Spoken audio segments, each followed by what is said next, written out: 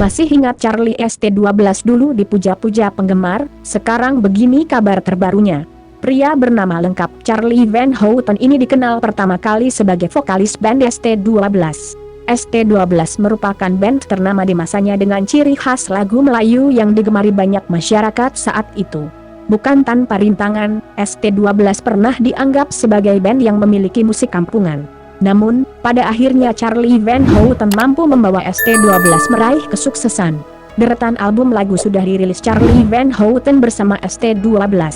Hingga akhirnya pada tahun 2011 Charlie Van Houten memutuskan dari ST. Charlie Van Houten sempat membuat band baru bernama Setia Band.